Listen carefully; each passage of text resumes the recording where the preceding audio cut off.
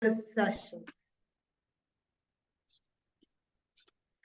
So I am saying welcome again to the first session of the year 2024. Yes, the year 2024.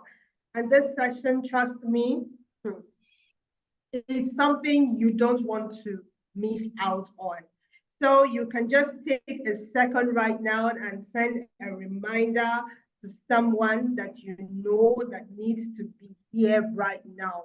Take a second and send a reminder to someone you know needs to be here right now, because it's going to be so selfish of you to gain all the goodies that you're going to receive today, and others are not able to grow with you in the process. Trust me, it's going to be one heck of a ride for you. Yes, because you're going to be at point 10 and you discover that the people you roll with, the people in your circle, they are just at point 1. So how do you keep up? How do you keep up? How do you keep up? So send a reminder to someone you know that needs to be here right now.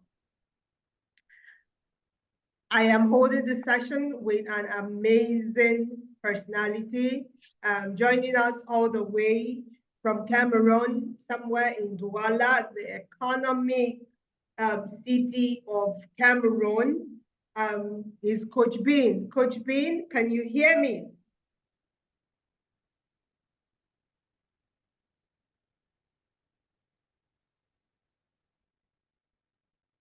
Coach Bean, are you there? Hello, Coach Julia. Yeah, Yes. hi everyone. I'm really sorry. I'm facing some network challenge, but I pray that it's going to be well.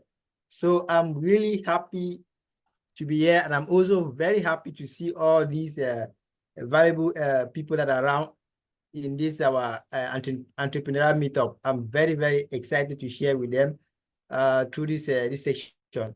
So, Coach Julia, as you said, I'm right from Cameroon. Yeah, and today's session I think is going to be also special like the other session that we always had. So the main program of today, as usual, we'll have some announcement about some products of Highly Global. We'll get to know what is Highly Global, adding value to others, and also we'll move forward with present our guest, our main speaker, our speaker of today, and from there we'll give the floor to the speaker to share with us on the theme of today. The strategy, the theme of today is the strategy to, please give me a second. Yeah, okay. Strategies to engage and convert clients. Yeah, yes, sorry. yes.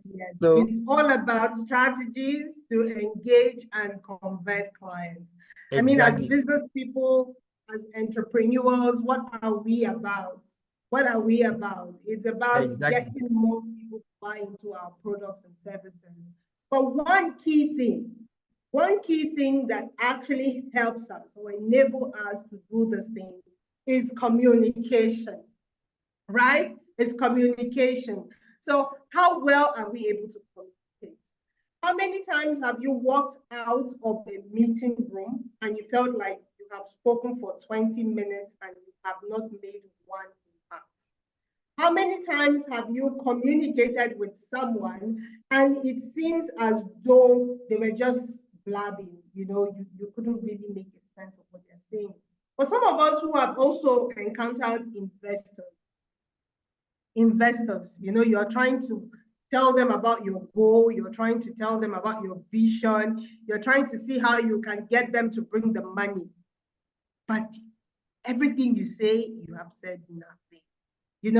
All those of us who are leaders running teams, how well have we been able to communicate with our teammates? How do we make them feel when we say things to them?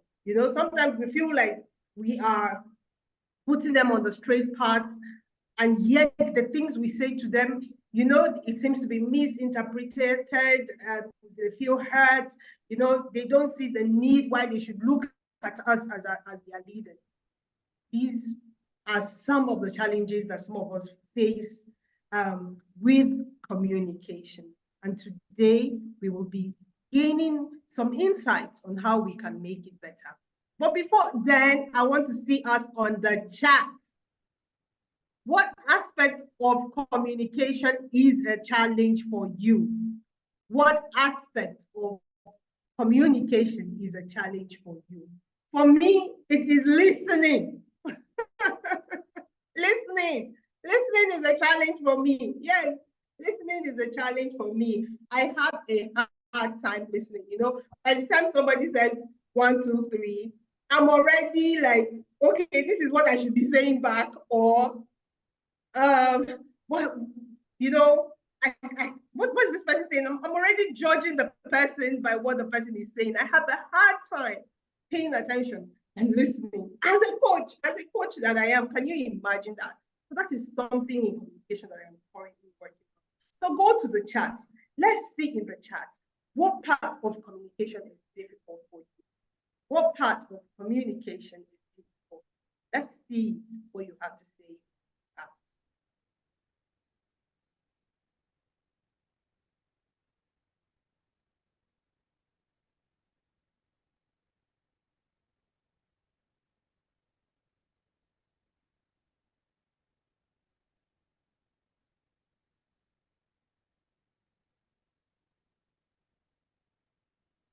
Yeah, I see Stephanie says listening. So I'm not alone. I'm not alone. Listening. What challenges are you facing with communication? Is it listening? Is it speaking? Is it being able to articulate when you're writing? Because communication takes different forms. You know, it's talking, it's listening, you know, it's feeling, it's emotional, you know, communication is emotional also. You know, is it writing? What part of communication is a challenge for you? Dean, would you share with us what part of communication is a challenge for you? Wow, I'll be happy to share. You know, when I first of all joined Highly Global, I was that type of person that cannot express himself in front of maybe 3 or 4 people. But you know, with the value that Highly Global brought to me through the training center, I can tell you that I've already overcome those challenges. And like you were saying, if you like considering the theme of today, you cannot sell a product if you cannot communicate well on that product. So you have to communicate so that people will be able to know what your product is all about. So I think my challenges I'm talking about the past, because actually I still have some little things to adjust, but I think I'm working on it every day. So actually I can say I'm really overcoming the challenge I had to express myself in front of audience like this one. Thank you. Amazing. So for being is expression. And I see on the chat here, Jay says he's always in a hurry. He feels that people are slow. The funny part of it is that you think people are slow, but you might discover that you are slow catching up. Sometimes it might look like that. Timothy says, drawing audience's attention.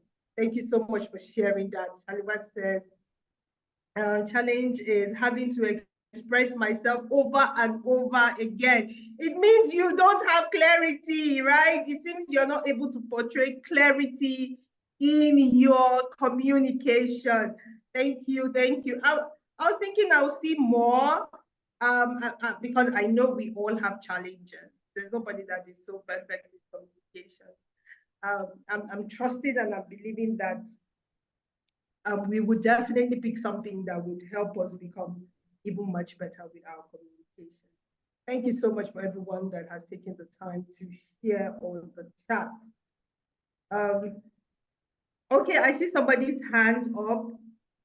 Coach Ida, is that for here or is that a mistake? Yes, it's Coach Ida. Okay.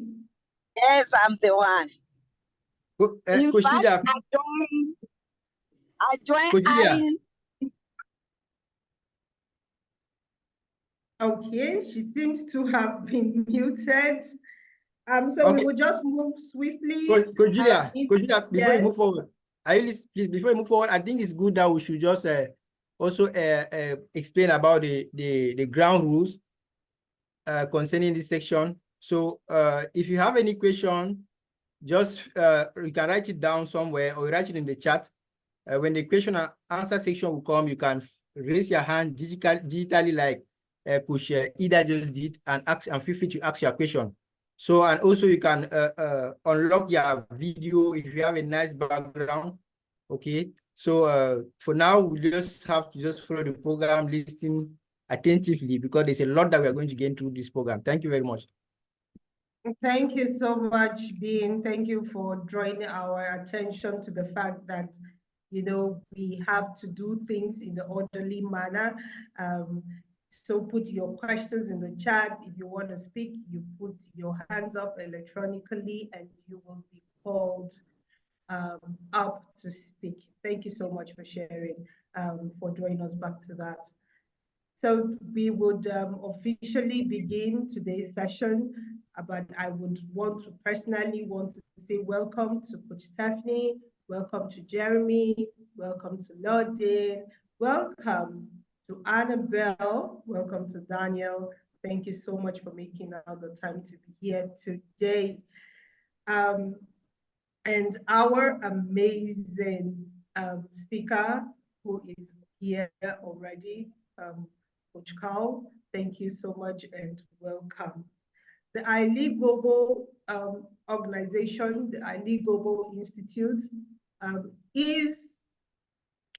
has brought to us this platform, a platform where business owners, leaders can come to gain insights on how we can become better.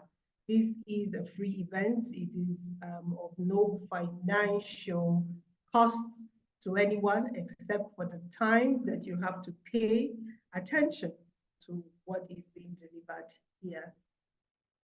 The iLead Global Institute has a number of products and services that we run. And this is to help people not just become better leaders, but also to create a movement in the world, you know, transform the lives of billions that needs to be transformed. So many people understand the fact that they are experiencing challenges in their life. Some do not. Some know that they are stuck, and yet they don't know how to get stopped. And this is something that we are working towards, you know, impacting the lives of people around the world. So before we get to hear from our guest speaker, technical, can we get to see something about iLead Global?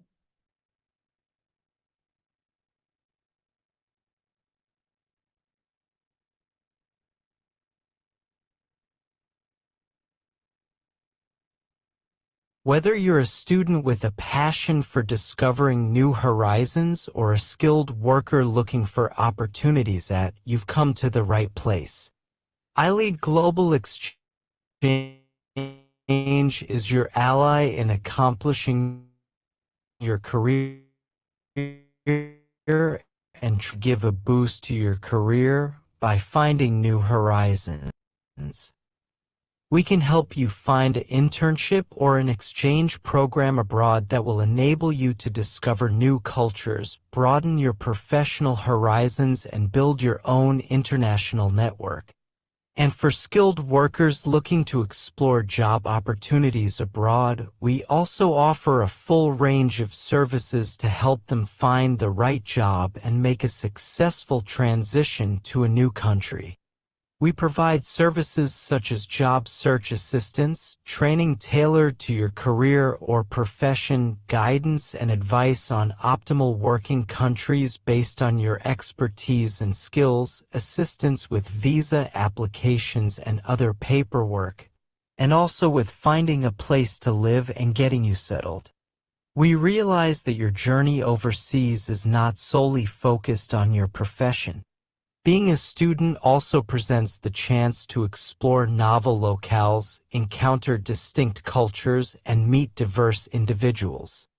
We can assist in planning your stay and maximizing every moment. For professionals, we also assist in adjusting to your new country, discovering hobbies, and helping you feel comfortable in your new surroundings. We're here to help every step of the way. Whether you're a student or a skilled worker, iLead Global Exchange is your partner in achieving your career and travel goals. Amazing. Thank you so much, Technical. So that is one of the product services of iLead Global, which is the iLead Global Exchange. So the iLead Global Exchange, we help people to travel the world. You know, people who want to japa, as they say in Nigeria, people who want to migrate, people who want to travel for studies, whatever it is that you want to do out of your continent, out of your country, you have a genuine place to come to and have a genuine place to refer other people to seek counsel, consult, or get their services. As we know already, communication is the language of leaders. Communication is a language for leaders. And the only way you can bridge being confused or confusing others and bringing to the table what needs to be understood or taken is clarity. And this will happen when you have a good communication skill. And this is something that Coach Carl will be taking us through. Technical, can we get to know Coach Carl?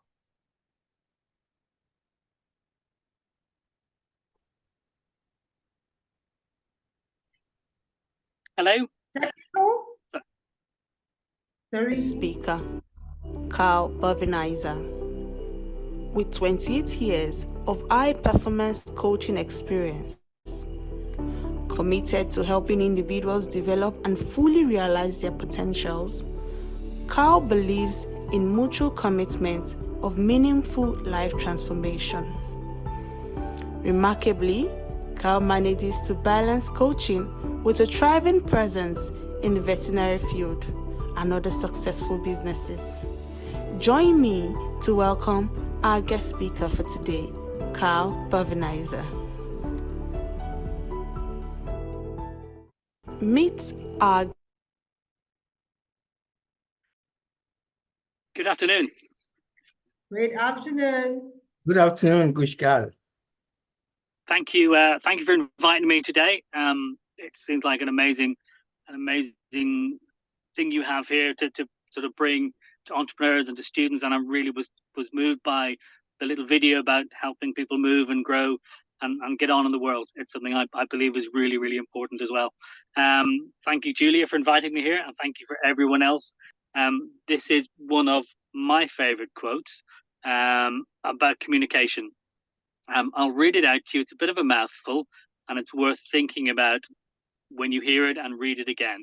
But it basically says, I know that you believe you understand what you think I said, but I'm not sure you realize that what you heard is not what I meant. And that was said by someone in the Pentagon during the Vietnam War when they were giving a briefing about the war. And the reason I like that quote, and I use it all the time when I'm sort of presenting on communication, is I think it shows how complex communication is. There's a lot of working parts to that.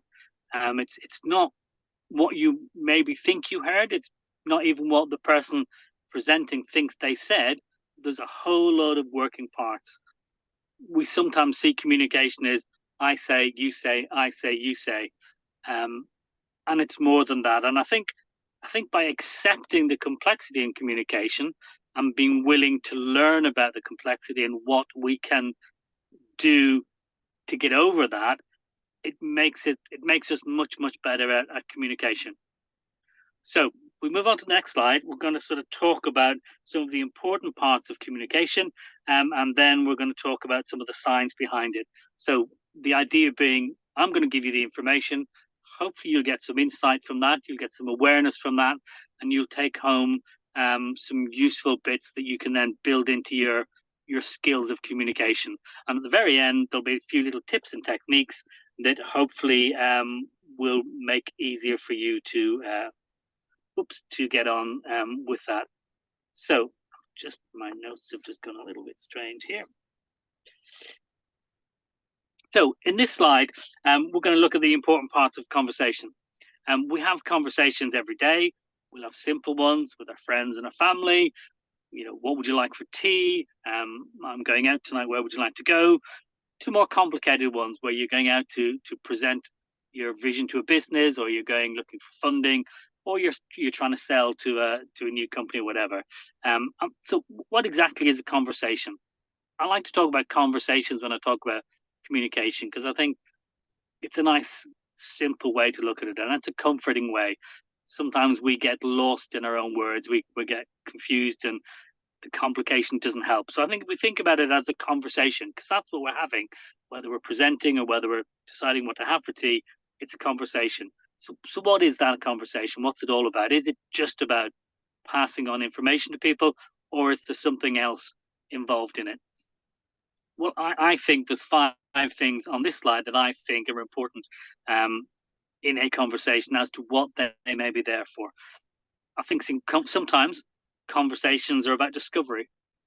So you want to find out about the other person. You want to listen to what the other person has to say, what they have to offer, what their concerns are, what their worries are, and we're discovering in that conversation, and they're discovering as well. So it's a discovery conversation. Sometimes conversations are about explanations. So again, if we think of presenting your vision, your dreams, your pitch, you're trying to explain what that is and build on that and be as clear. Clarity is a word that Julia, I think, used early on when she introduced it. An explanation conversation should be all about clarity. Sometimes it's about placating. I'm sure we've all been in businesses where we've had upset clients or upset team members, and we need to placate them, and we need to find the language and the body language that's going to help us do that and help make them feel better. Sometimes conversations about support, which is similar to placate, but not exactly. As coaches, we support people by giving them the tools and by helping them find what they need to go forward. And I think, again, in business, if you've got teams under you in business, I think it's really important that you learn to have supportive conversations, because by supporting your team, they become stronger and you build trust in your team. And trust for me is a very, very important part of building conversation and communicating well. And then the final part in that slide is obviously listen. And that comes back to what Julian and a couple of you said in the chat. Sometimes your part in your conversation, and I think in all conversations, there should always be time for listening. But sometimes that's really, really important that we listen. And that's all we need to do. Because when we listen, we get the information that we need and we can then process it. I think I've got some little notes on listening, Julia, that we'll see how time goes, because I do think listening is so important. So what I'm sort of going to suggest doing, I'll go through my slides and we'll see how time is. And if people want, I can then just do a few little bits to think about and how to listen properly, because I do think that's quite important. But we'll continue on for the moment. Is that okay? And then we can revisit that at the end if people want that. Yeah. So if we go on to the next slide, I like using quotes as my slide. I think when we learn all the time, we learn from other people. And for me, it's important to share what I think is important when I learn. So on the next slide, there's a lovely quote from Judith Glasser, which is who I studied conversational intelligence with, which is where a lot of today's talk comes from. It's the core of today's talk. And what Judith says is to get to the next level of greatness depends on the quality of our culture, which depends on the quality of our relationships, which depends on the quality of our conversations. Everything happens through conversation. And I think that sums up where we want to be in society. We want a better culture, whether it's the culture we live in, whether it's the culture within our workplace. And to get that culture, we need to have relationships with people. And to build relationships, it comes down to conversations. And conversations are what communication is all about. And if we get that right, the rest follows from there. So I think there's three important parts to having a really good conversation with someone. And this counts whether it's in a personal relationship or a business relationship. I still think these are the three things we need to work on, we need to concentrate on when we're having our conversations. And the first of those is empathy. And empathy is all about being able to feel how other people feel, to appreciate how they feel, and go along with that. And it's really important that we're able to approach our conversations with empathy, because the person we're talking with, the person we're working with, will pick that up on a subconscious level. And if we're starting off with empathy within ourselves, and you can call it love. I've sort of studied with some coaches who talk about the most important thing in coaching is love for the person you're working with. And we're not talking about romantic love, we're talking about love for your fellow human. And I think that's where empathy comes in. And if you do that, that immediately creates a positive and a trusting environment, because they feel that you're there for them. If you're empathetic towards their feelings, they're going to feel that you are there, they can trust you. And once they pick up on that trust, the part of their brain that picks up on that starts working, and you can then build the trust from there. So I think the best way to approach conversations with an empathy is you've got to go into the conversation with a desire to work with that person and to want to understand and want to support them in what they want. So it's not going in all about what your ideas are and what you want to get out of it. It's about working with them. And that's a theme you'll find throughout what I talk about today. It's working together, it's a co-creating, it's a we thing. And if you're going into the conversation with that, it immediately makes the conversation better because they know that. The second thing is curiosity. And I think, again, this is really important to go into an important conversation, being curious about what the other person is going to say. And we talk about, in conversational intelligence, we talk about asking questions to which you don't know the answers. And I think we're really, really good as humans. We'll often create a conversation before we even have it. And I think, again, Julie, you touched on this in the introduction at the beginning. We're very good. We know we're going to a meeting, we're going to talk to somebody, and before we even get there, we've created this whole movie in our head of how that conversation is going to go. And when we do that, what we do is we subconsciously, we're not even aware of it, we become subconsciously, we start creating questions so that we get the answers that we want to hear. However, if we approach a conversation with curiosity, then we're really, really interested in what the other person is going to see. And again, that builds trust. And again, that helps build the conversation. In the short term, it may be great going in and asking the questions to get the answers you want. And in businesses, short term, that can be brilliant, but it doesn't build long-term relationships. And it's long-term relationships that build strong businesses, that build businesses that are going to grow and go somewhere and bring you somewhere in the world. And then finally, I think trust is important. And building trust is where the neurochemistry, where the science comes into it. And I think if we build a trust, I'm sure you've all been in a situation where you've been in a conversation or in a business where if the trust goes, the conversation rapidly goes, or the business rapidly goes. And you've got to bring trust to the conversation from the very start to help build the conversation. So what I'm going to look at now briefly is how the brain handles conversations. We can then learn from that, and then we can take some tips from that. So initially, let's just look at the main parts of the brain. So we've got the neocortex, which is the newer part of the brain. So that's developed later in life.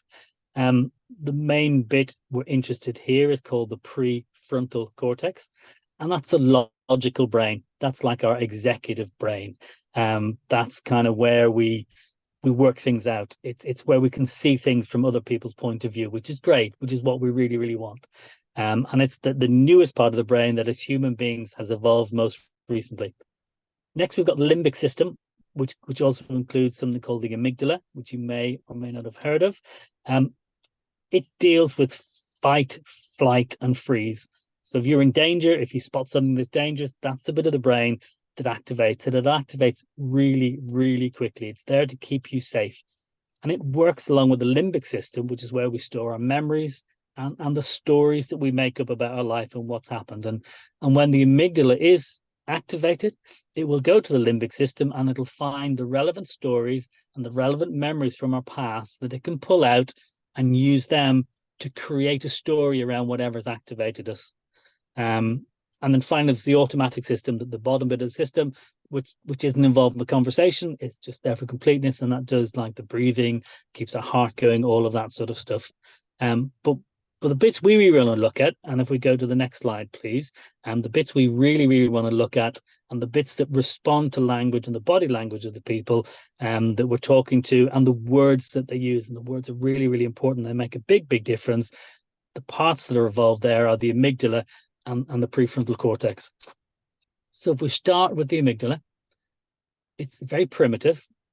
It's sometimes called the reptilian brain, because we share it with the reptiles, and then it's evolved over time. We've got all the extra bits, and it's there to look for danger. So it's actually really important to us. And certainly historically, when we didn't live where we are, when we lived in the wild and we hunted and gathered, that was the bit that spotted the danger and got us away from it. The problem is it hasn't changed in 1,000 years. So it will see the angry boss, or it'll see the angry client, or it'll see the man cutting us off on the road. It'll see them in the same way that it sees a saber-toothed tiger, and it reacts just as violently. And it reacts really quickly. It'll react in about 0.06 of a second. So before you're even aware that there's a problem, it's already reacted. And it releases cortisol, which is our stress hormone. And it'll flood the body with cortisol so that we can either fight what's there, we can run away from what's there, or we can freeze and try to deal with the problem that way. And as I said, it uses the limbic system to take these memories, take these stories, and it creates a movie of what we believe is going to happen. So like when the boss called you into the office because they wanted to speak to you, if we're in the wrong situation, our amygdala will react to that, see it as a threat, and before we even go into the office, we will create this story about how they're going to sack us, and we're going to lose our job, and then how we're going to lose our house, and then we'll have no money, and then we'll be living in the streets. And you know, you've all seen it, you've all been there before. Maybe not quite as dramatic, but it's always good as an example to over dramatize things. The opposite side to that is the prefrontal cortex, and that's our thinking brain. That's the bit that does the work. It does the solving of problems.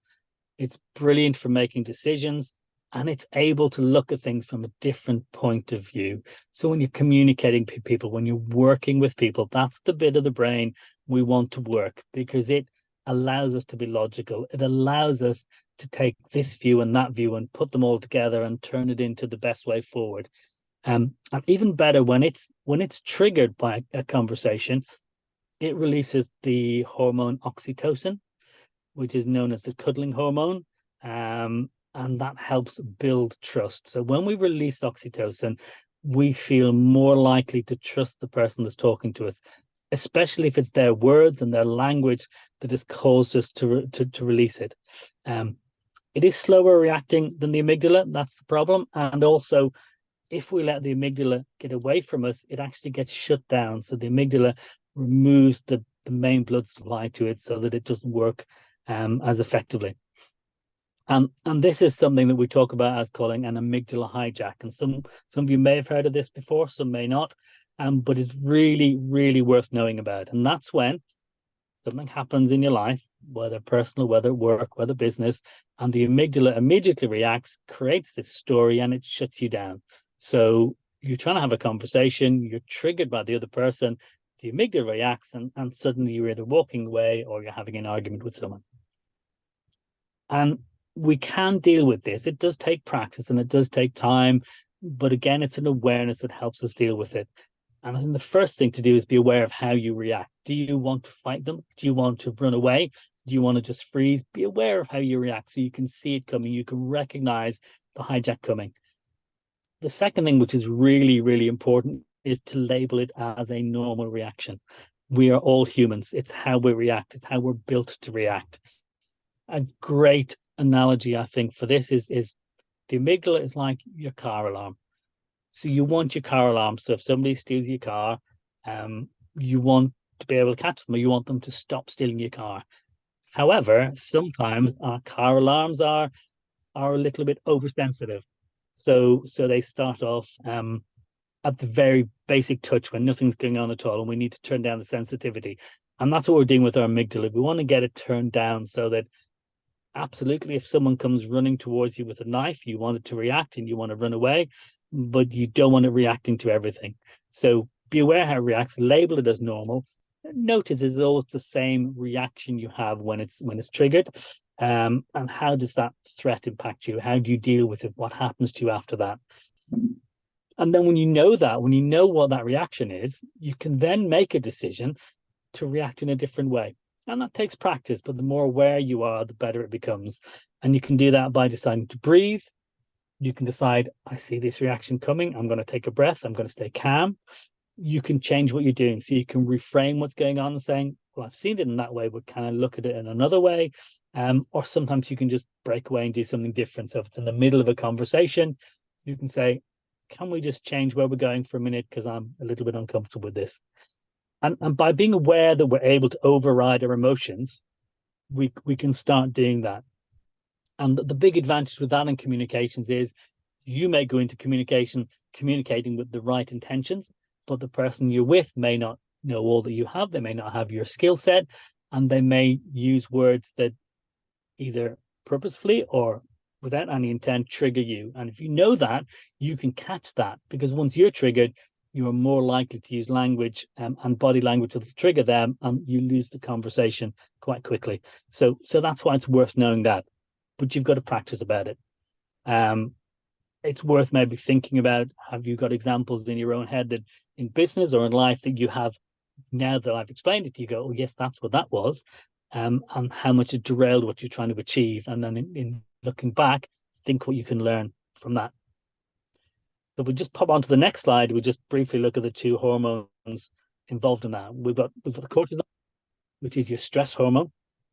And that, unfortunately, once that's released in the body, it lasts for a long time.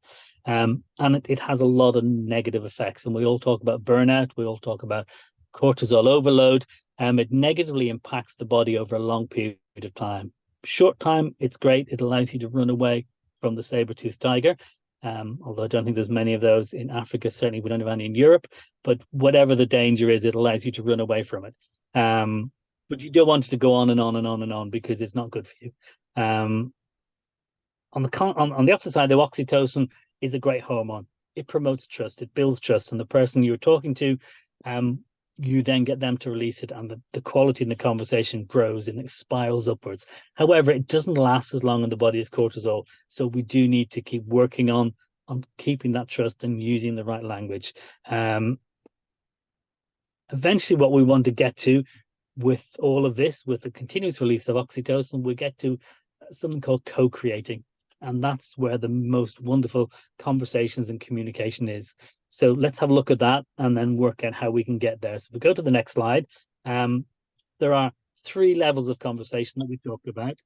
And this is called the 3 levels of conversation. One end is very much cortisol driven, and the other end is oxytocin driven. And what we want to do to get the best conversations, certainly the business building conversations, is we want to go to level 3. So if we briefly walk through them all, level 1 is what's called transactional. And that's basically it's you do this, you do that, getting information across, just going bang, bang, bang. This is what it's all about. In business, and maybe you've worked with people like this before, it often becomes what I call tell, sell, yell. You tell someone you want them to do it, and if they still won't do it, you then try to sell them the idea of doing it. And if they still won't do it, you yell at them to do it, or else you're going to be very angry and there will be consequences. And that's very much level 1, a very transactional thing. And it's all about control, being in control. Certainly within business, dictatorial leadership will work in that way. And it's very cortisol driven, and it releases cortisol within the person who's been spoken to. The next level of conversation, sometimes just step back, sometimes level 1 is what you need. So if you are getting someone to do a specific task that has a very set way of doing it, you need to say, this is this, this is this, this is this. So it's not useless all the time, but it's there's a time and a place for it. Level 2 is what's called positional. And that's where both sides want to win. So it is a little bit more balanced in that both people are involved in the conversation and both are putting their ways forward. But it is, you're working to win it for your position. You want the other person to have your point of view. So it is a discussion in which you're both involved, but there's only one winner at the end. Still very much cortisol based, very, very common in business. You go into a business boardroom, you'll often find discussion between two people and both putting their sides forward with the view of getting their side as the winner. Again, in business, it can be very good short term. If you are trying to achieve something and you believe you were right, then this is probably how you do things. And if what you have is a good idea, it will work in the short term and be very, very good. However, I believe business should be for the long term. And for long-term business, I think we want to be more working with people, not saying, this is my idea, this is all we're going to do, and not listen to the other side. And I don't think it's sustainable and may come back to haunt you. So what we eventually want to get to in business is something called transformational conversation. That's level 3. And this is where we talk about co-creating. And co-creating is all about where the communication is a joint effort. It's about how we can do things. So we're going from I to we. The journey is from I to we. And when you co-create with someone, it's all about how can we solve this problem together? What can we do to fix it? And it's still taking everybody's point of view, but it's not, I'm trying to win with my point of view. It's, this is my point of view. Can we add it into the mix and come out with the overall result that everybody wants? And I think in long-term business, whether it's with your team or whether it's with your clients or the businesses you're working with, this is where you want to be. Long-term, teams work better with this. There is less turnover from your team, and there is much more productive work because everybody feels trusted, everybody feels comfortable, and this is very much oxytocin driven. So you are getting a very, very strong bond within the conversation, and it creates strong and lasting teams and relationships, which is what we're really, really aiming for. So how do we get there? What do we need to do to get to this level of conversation? We can pop on to the next slide, please. I think it's all about an awareness of the language we use. Certainly where I'm from, when I was a young child, we used to be told if someone called us names or someone was shouting things at us, we were always told, sticks and stones will break our bones, but names will never hurt you. And that was fine when you're a child. The science behind conversational intelligence shows us that the language that we hear is very important as to how we react. Our amygdalas can be triggered by certain words or certain groups of words. And that's because back in our limbic system, we've got these stories, things have happened to us in the past. And when you're communicating with someone, you've got to remember that. My initial introduction to coaching was through neuro-linguistic programming, and that's all about the map of the world. And everybody's got a different map of the world. What's reality is reality. But then because of what we've gone through in life, what we've learned in life, how we've been treated in life, we take that reality and we create our own reality based on that. And it's really important to realize that in conversations, because the language you use may be okay to you, but to other people, it may not be the right words. It may trigger something in them. And you need to be part of the conversation and involved in the conversation to know that. Tuning in your listening is so, so important. You're there to listen. Starting off with the empathy, the curiosity, and the trust we spoke about to build that trust. And then Stephen Covey talks about, he says, people don't listen with the intent to understand, they listen with the intent to reply. And I think that's a really, really important thing to be aware of and make sure we don't do it. It goes back to that, what I was talking about, whereas when we're asking questions, we're asking questions so we can reply to the next part of it. Don't do that. Try to listen with the intent to understand. Be curious, pause. It can be really useful if you ask a question, listen to the answer, pause before you answer so that you're not creating it. Be aware of what's going on in your own mind when you're listening and focus on the person. Be curious, be really, really interested. And we can build that as a skill, to be interested in people and listen to them when they're talking. And you will find your conversations will go in leaps and bounds if you just do that one thing, listen and being curious. I think awaken your insight into how our brains work. And that's part of what I'm trying to do today. I think that's really important for me, when I started off in coaching, it awakened a thirst for learning in me, and I've just go on and I learn and I read, and I've so much stuff, and some of it sticks, and you use the useful stuff, and what's useful to me may not be useful to you, and vice versa. But I'm hoping that by pushing you in this direction today, it will awaken your own brains, and you'll want to go and learn and find more, and something will have jumped out and you'll go, well, I want to know more about that. Go and find something out about that. If something does tweak your interest, go out and find out more about it. Go and look it up. Go and read about it. There's so much information out there to find these days. From when I was younger, we had a set of encyclopedias on the wall in the library, and that was it.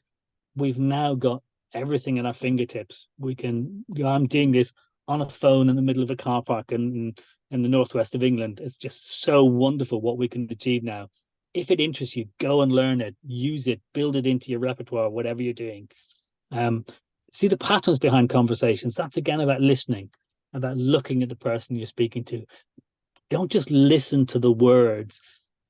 I talk about listening through the words. So you're watching the person. Are the words fitting in with how they're behaving? What's their body language like? And we're not talking cheesy 80s body language. We're just talking about listening to their bodies and watching them and see how they respond. And then an awareness of the neurochemistry that we just spoke about, that be aware that you can be triggered and you can trigger someone, and then you've got to work even harder to bring them back from that. So I've only touched on the surface. I think there's so much more to learn. If we can pop to the next slide, please. Judith Glasser, who I learned from, has written a really, really good book called Conversational Intelligence, which is the core of what I'm talking about today. But there's so many other books out there on communication and language, and find the ones that work with you. I love Nudge is a really, really good one. That's all about the biases we have and how we filter stuff out. All really good stuff. Go and find it, use it to help yourself to grow. But there's 4 tips I'm going to leave you to take away with. And I think, has everybody got the handouts from these, or are they going out afterwards, Julia? Yeah, they have it. They have it already. Technical, can you still put it on the chat? Yeah. So I'm just going to rush through it. Well, we're going to go through each one quickly just to touch on them to see what it means. So if we go to the next slide, the first one's called double clicking. And I really, really love this one. And that kind of goes back to us talking about the different words that are triggers for people, for different people. Everybody's got different triggers. And it's always good to be aware that words have different meanings for different people. And a couple of times I've done an exercise while working in business groups, and we will give them a word. And a good example would be the word success. And then we'll have maybe 12 business people in the room, ranging from a CEO right down to the sort of middle management. And we'll say, right, I want you to write down what the word success means to you.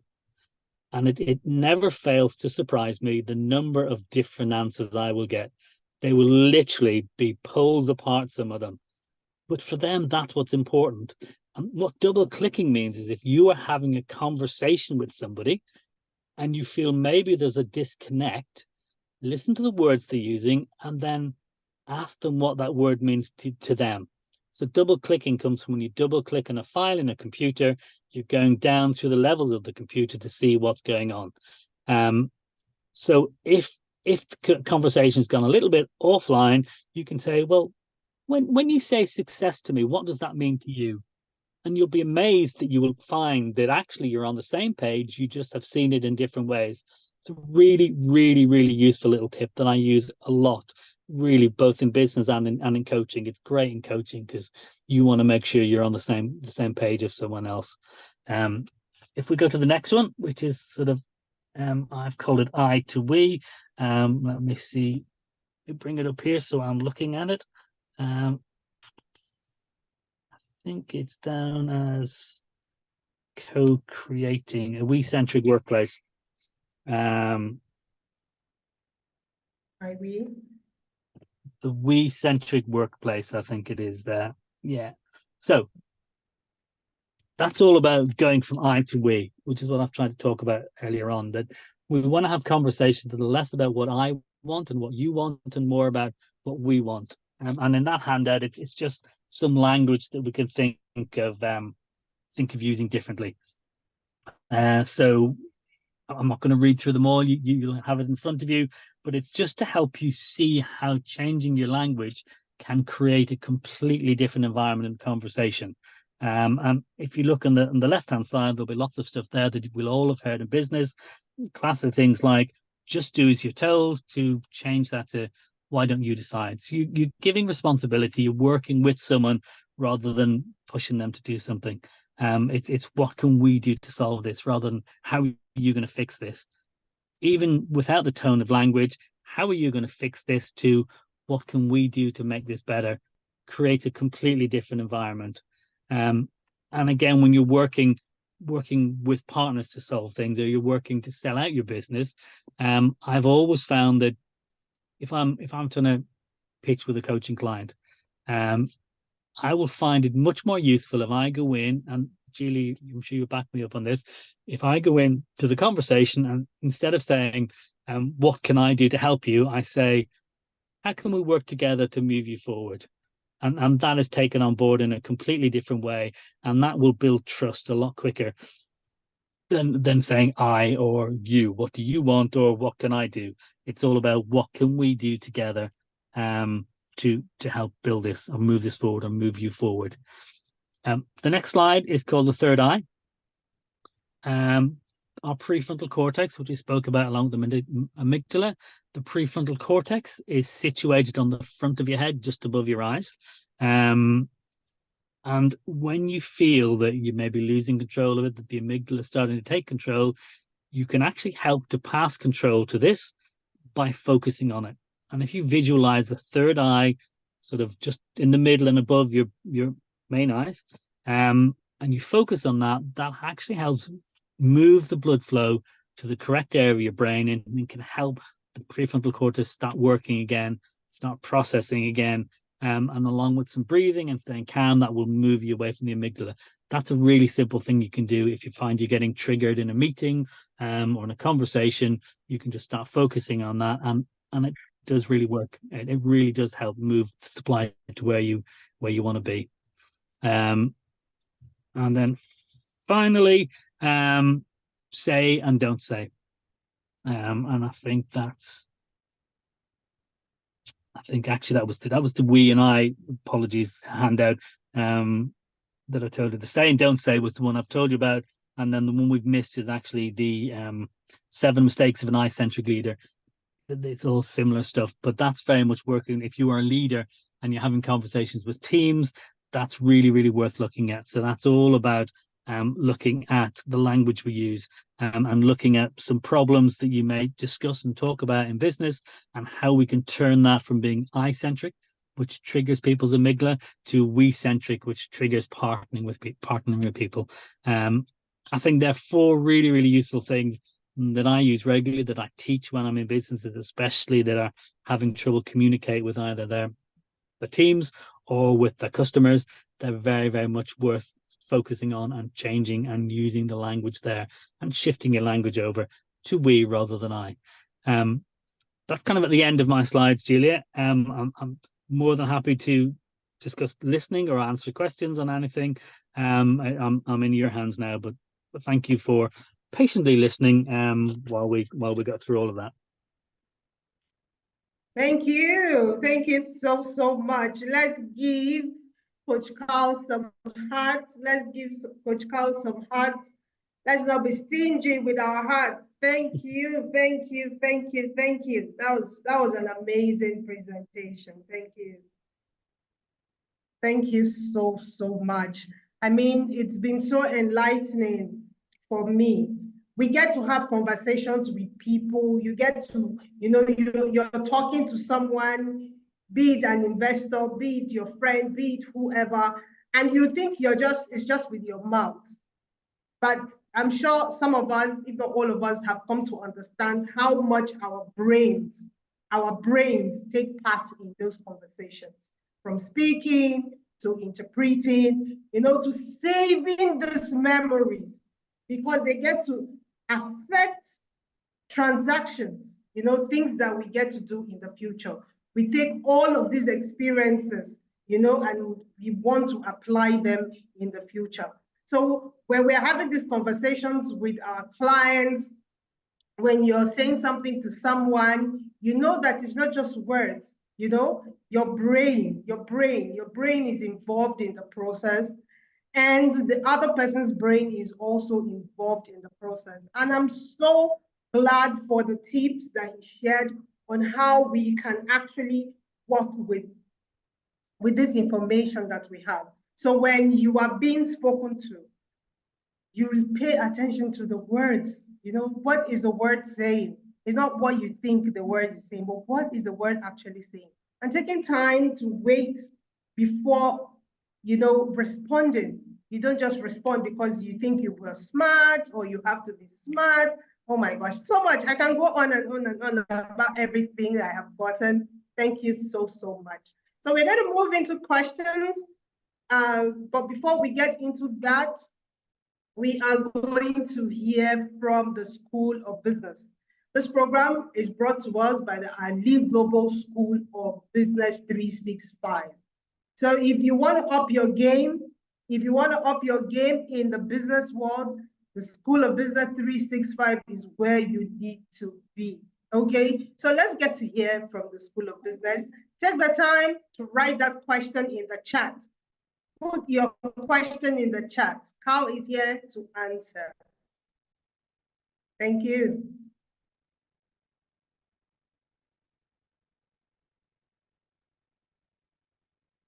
Have you ever wondered how you can turn your passion into profit? Do you have difficulties taking your business to the next level? Ali Global Business Coaching School is the answer.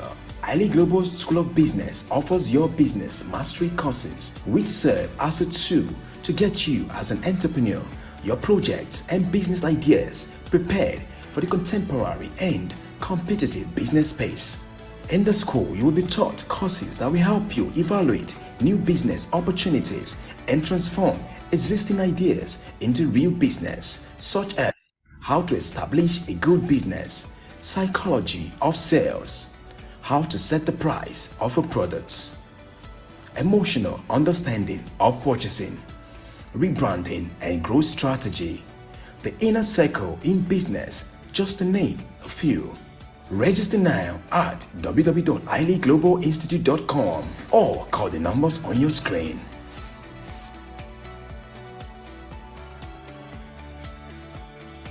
Ali Global, adding value to others. Have you ever wondered how you can turn your passion into profit? Yeah. Thank you so much. That's the Ali Global School of Business 365. I know that I saw the barrister here. I don't know if he's out or he's still here. He tells me about how he has a lot of business clients. You know, you need, no matter how much you think you know, if you don't know or you've not been through the School of Business 365, I don't know what you're doing. I don't know what you're doing, because you can see the things that they offer there. It's not something that you get in your regular conventional business school. These are things that you can apply in real life. And these are challenges that we keep facing every time in life. So what are you waiting for? What are you waiting for? If you have not joined the Ali Global School of Business, what are you waiting for? So this is time for questions.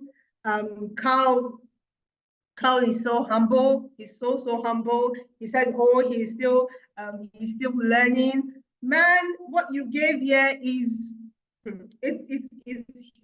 worth gold. Is worth gold, because I can tell you this, that for sure, most of us, we just live our lives, do our business, make our money, struggle every day. We are stuck and we do not know how vital the neurons, the chemicals in our brains are contributing to the processes that we are experiencing. So I'm sure that this awareness and this awareness has woken that consciousness within us. So Shalewa, do we have questions in the chat? If you do, please, can you read out the questions if we have questions in there?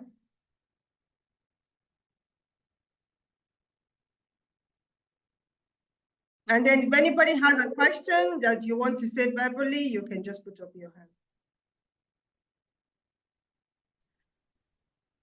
hand. We don't have questions in the chat. Okay. Oh, but I see a lot of love in the chat. I see the hands for you, Carl.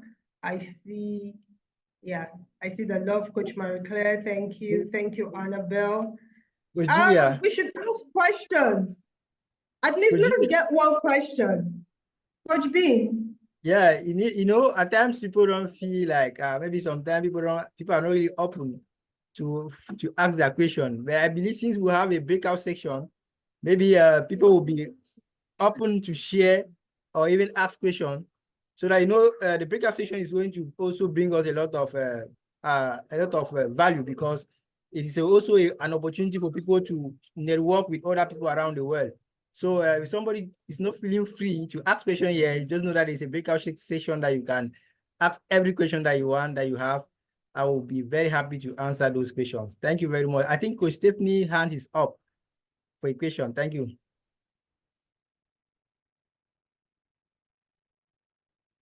Yeah, you can unmute and ask your question. Thank you so much, Coach Bean.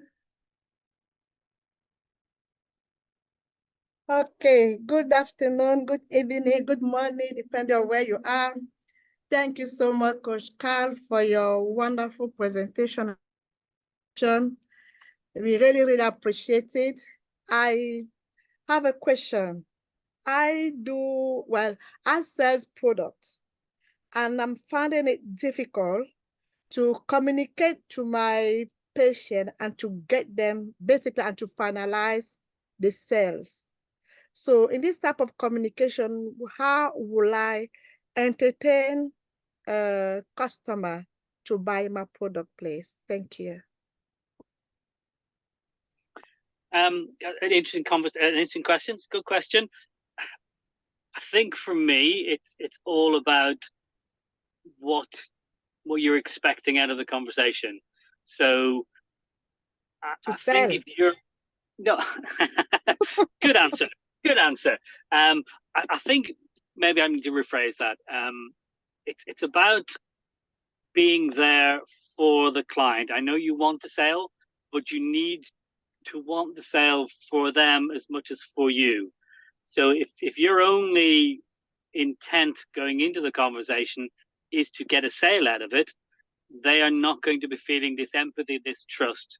So I think maybe, obviously I've not seen your conversations, and I'm sure you're very good at what you do, but I would maybe suggest thinking about going into the conversation, being curious about what they expect from you. What is it they want and what is it they need? And when you find that out, then have the conversation about what you can offer. So rather than going in with, this is what I can offer, you want to try and listen to their needs, listen to what they want out of the conversation, and that builds the trust. And then by the listening, you are going to be better able to pitch what you've got. So rather than having a set pitch, this is what I do, this is what I have, this is what it does, it's a listen first and then say, that's really interesting, I hear what you're saying. You need this, you need that. Well, let's have a chat, because I think what I've got here is going to help you do that by this, this, and this. So by making it, going back to that word co-creating, Steph, we're going to try and co-create the sale. And then the client feels they're part of it, that they're not just having something shoved at them. And I'm sure you don't just shove it at them. I'm just using sort of, that's my language. That's how I use language. You're creating the sale together, so they feel part of it, so they feel they trust you. And there's a great statement in sales all over the world, and that's people buy from people. So if they trust you and they hear that you're interested in solving their problem, they are more likely to finalize the sale. Does that make sense? Yes, it does make sense. Although that's what I'm using already, because although my final aim is to be able to sell, but I goes in first with trying to help them.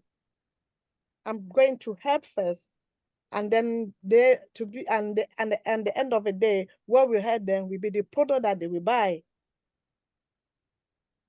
Yeah, it's always difficult because time is always difficult because they say time is money.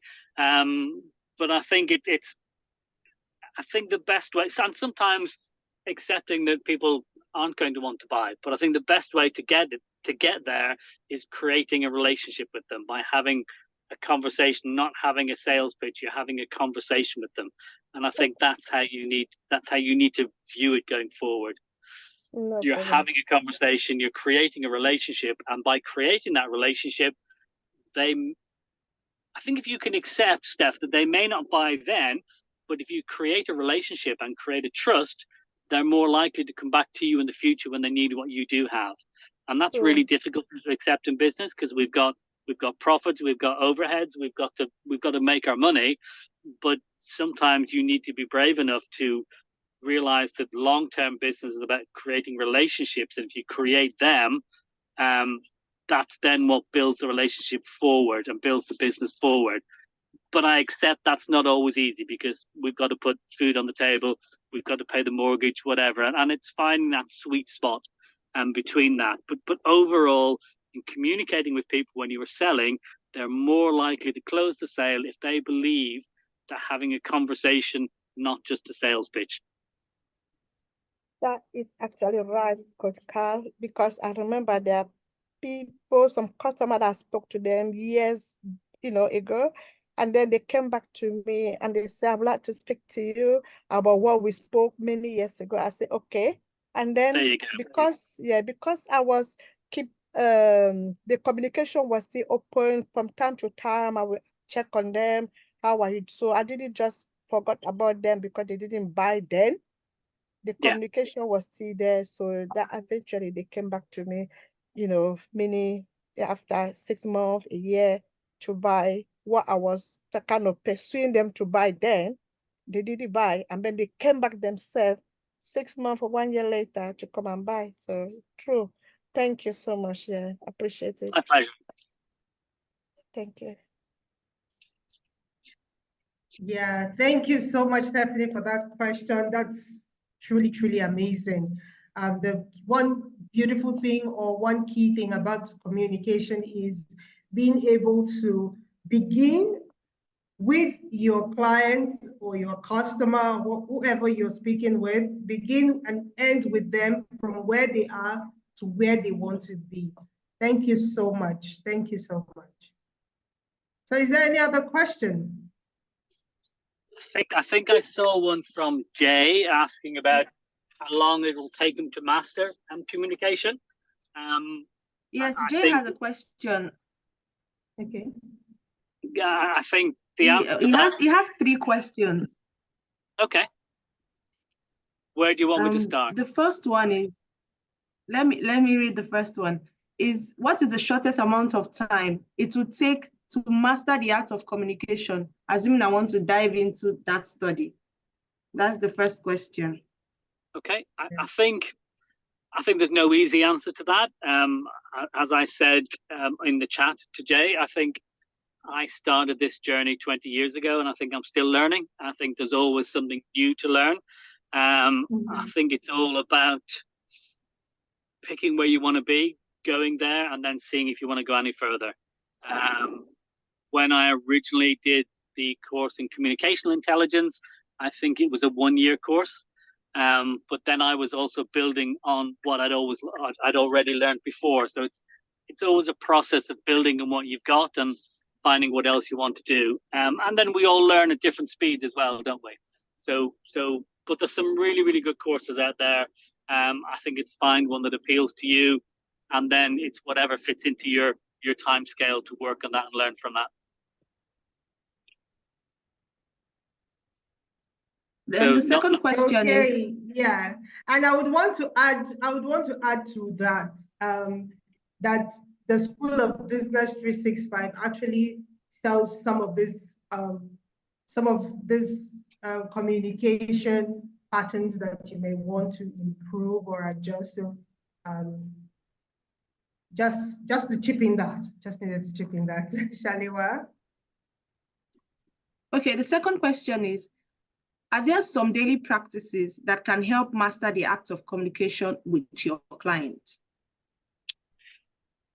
I think the most important thing to do is get good at listening, practice listening. So be aware of what's going on in your head when you're having a conversation, and catch yourself. So some of the common things we'll do is we'll start daydreaming in the middle of a conversation, or we'll start thinking of the next question. And it's a case of being aware of that. It goes back to that word awareness. And every day when you're having a conversation, catch yourself doing these things and then think, oh, I'm doing that. I need to stop doing that. And the more you practice and the more you do that, the better you will become at having a more listening conversation. And I would say that there's hundreds of things that we can sort of talk about learning to become better at it. But I honestly think start with listening. Become a good listener, and then the rest will go from there. And you become a good listener by being curious, by catching yourself not listening, and then stopping that and focus back on the client and give them your focus, give them your attention. If you're with, what a good exercise you can do is if you're with a group, if you're in a mastermind group or something like that, is pick a subject to have a conversation about, and then have that conversation with somebody while they fiddle, while they look at the watch, while they do whatever, and then repeat that conversation where they're just looking you in the eye, focusing on you, and you will see what a difference it makes. And that's very good at teaching you and learning how it can be different with what you're doing. So I think those two little things I would recommend as a starter, and then go from there. Okay, thank you very much, Coach Carl. And then the last question is, creating relationship and trust is an alternative when they don't want to buy. Is that another way to go with communication? This is my question. Is that another way to go with communication, creating trust and relationship when you don't want to have that buy conversation with the people or with the client? Sorry, I just missed that. Apologies, I missed that a bit. Could you give me that again, the crux of that question? Okay, another alternative when it comes to talking to clients, would you go through the route of creating a relationship and trust instead of just, shoving your sales down their throats? I always think, yes, that's the best way to go. And that's speaking as a coach in my business as a coach, I will always create a relationship before I would take anyone on as a client, to the extent that I will sometimes respectfully tell people I don't want to work with them because I don't think we have a good relationship, or I don't think we can build a good relationship. So I will always, I think, if you build relationships, they pay forward. And just like Steph said in her question, you may not know when that pay forward will be, but I think if you want a lasting business in what you're doing, if you're just interested in making a quick buck, probably not, but then you won't last, and you'll have to change, you have to change, and you have to change.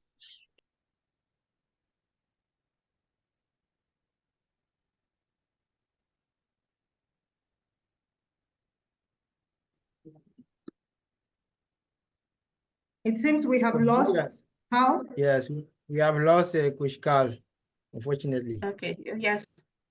Yeah. Okay. Okay. Should we just move on to the testimony? Yes, please. Okay. Technical, please. That sharing was very interesting. Unfortunately, connection or the technical issue did not permit us to lead to the end of it.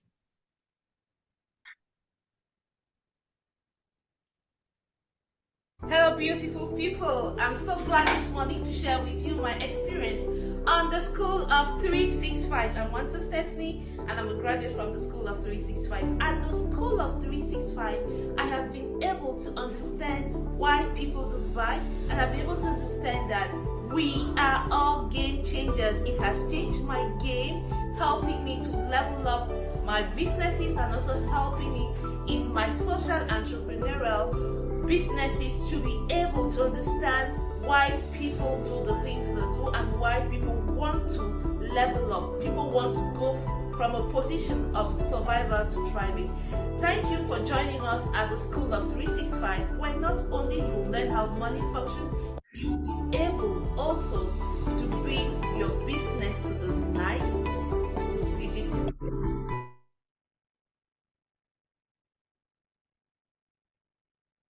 Okay, thank you so much for that. You hear the testimony of Coach Stephanie, who has been through the program, and she tells us that she knows why people buy. She's able to know why people buy. She's able to communicate what she sells to her client because she went through the process. Technical, let's see some of the bonuses from the School of Coaching, the School of Business, rather.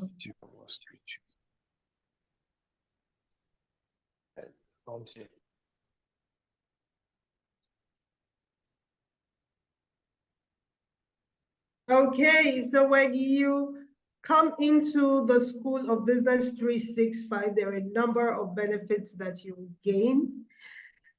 You have a flexible learning experience, a flexible learning option where you sit at the comfort or in the comfort of your home rather, or wherever you choose to learn from, to have your learning experience at the time that works for you. Next slide. And you get to have access to some premium resources. So we already saw how from the previous video that was played, you saw some of the courses that the School of Business offers. That's not just it, that's just what time would allow us show to you. In there, you would have access to premium courses. And the next slide. And then you gain access to an online community, an online forum. People who have been intentional, who are intentional like you know, who have gone the extra mile to make that investment on themselves. You would have the opportunity to learn with such people, to make friends with such persons. And these are people connecting from different parts of the world. So you're somewhere in your hometown, your city, your country, connecting with someone else far away, maybe in Europe, in America, or somewhere in the African continent. Next slide, please. And also, you would have an exclusive webinar masterclass. So aside this one that we are doing here, imagine this is what you're gaining when you are doing stuff for free. So imagine when you make that financial commitment, you see the kind of resources that Coach Carl has given to us. So for someone who makes an investment on themselves, imagine if you were to pay Coach Carl right now as your business coach. Imagine what you will gain. Imagine the insights you will gain. So you would have exclusive webinar when you join the Business School 365. Next slide, please. And job opportunities. For some of us who have our master's, our doctorate, whatever academic qualification you have, you will definitely agree with me that the job market has not been so easy. But guess what? When you go through the Business School 365, you have the chance to be employed by iLead. Yes, you gain the chance to be employed by iLead. So there are so many vacancies. I can tell you right now that we have so many vacancies, but guess what? We are waiting for people that will go through our program so that they fit perfectly into the system. Next slide. And you have an opportunity to pitch your business and have access to loan and grant. So we know that iLead is not just its own. iLead has other affiliates. iLead has other sister companies. And particularly, we have the Seed Capital. So the Seed Capital is a microfinance that supports small businesses. So when you go through the program, you have a business you're running, you have a business you want to begin, you can count on their support. Next slide, please. And travel to the US for your graduation. As you know already, iLead's headquarters is in Texas, USA. And that is where graduation is being held. And so this makes a very good opportunity for some of us who want to travel somewhere to go say, let's go see what that part of the world looks like. And so you have a very good and genuine reason to travel. That is your graduation. Next slide. And we just saw the amazing Stephanie's testimony. We saw her review on the School of Business. This is also someone else who has gone through the program. This is Coach Margaret.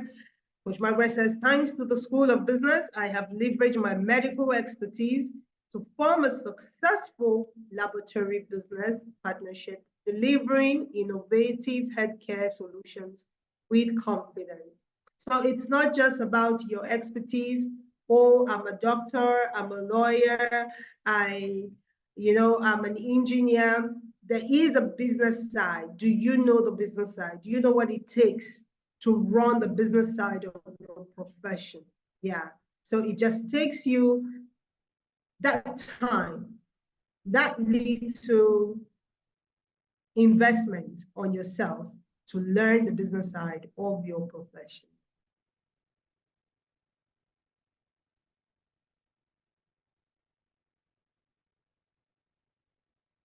That's about it.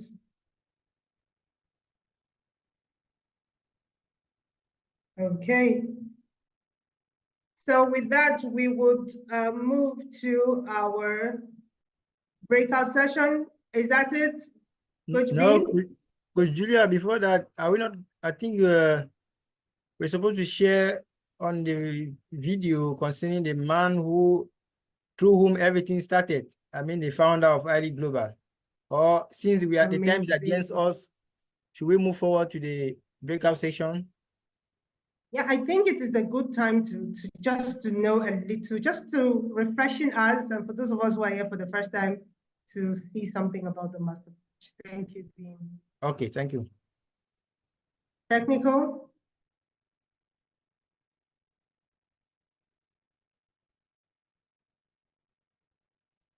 Ladies and gentlemen, introducing the exceptional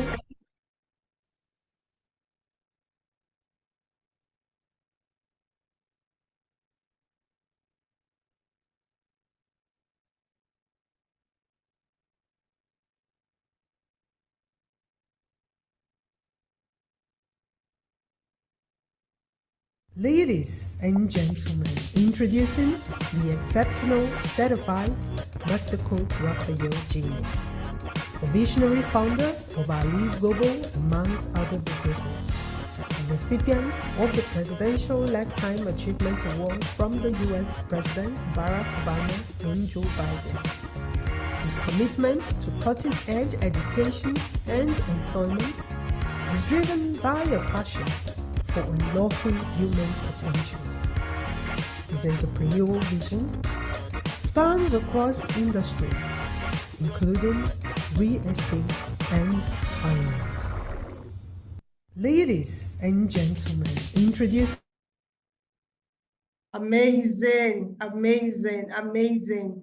It is such an honor it is such an honor to have met such an exceptional person like the Master Coach Raphael Gine, who has taken it upon himself to see that he transform and contribute immensely into the lives of everyone. He is the reason why we are here, where we have the opportunity to learn as much as we can today and in the times to come. Coach Vin? Yes, Coach Julia, it's time for us to, there's a pool that I think the technical has already sent some questions that will help people to at least express themselves so that will ameliorate the next time. So is that the case, technical? Okay, we will have the poll will be displayed on your screen. So just take a few minutes to answer the questions. But assuming you are not able to do that, you would also have the link for the poll on the chat room. So in a few minutes, you would have the poll on your screen. Just 3 or 4 questions, and then we move on. Thank you. Okay, thank you, thank you, technical. While doing that, I would like to say thank you to Coach Carl, and we are sorry we lost him when he was explaining something very important about the question of I think that was Coach Shalewa. Yeah, welcome back, Coach Carl. So you would have to attend to that question in a bit.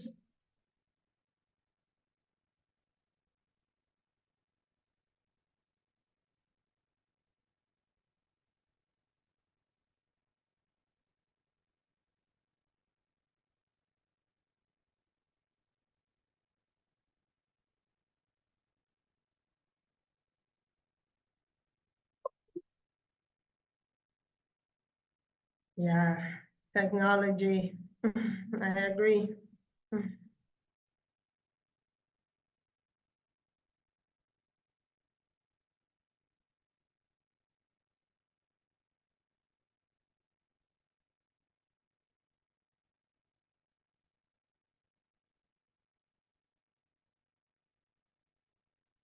Okay, so I think I see the link in the chat. So please, you can click on the link and tell us what you think, how you think, or suggest we can make things better. If you ask me, I think from this session, from this place, we can just have a little, we can do our breakout because I don't think we are so much to really break out. Technical, what do you think? I think we can. I think we can have the breakout session and then make it. Yeah, we can just do the sharing here. We can do sharing here. Yeah. So please, if you're done with the link, you can just do a thumbs up so that we see that we see the number of persons that have gone through the link.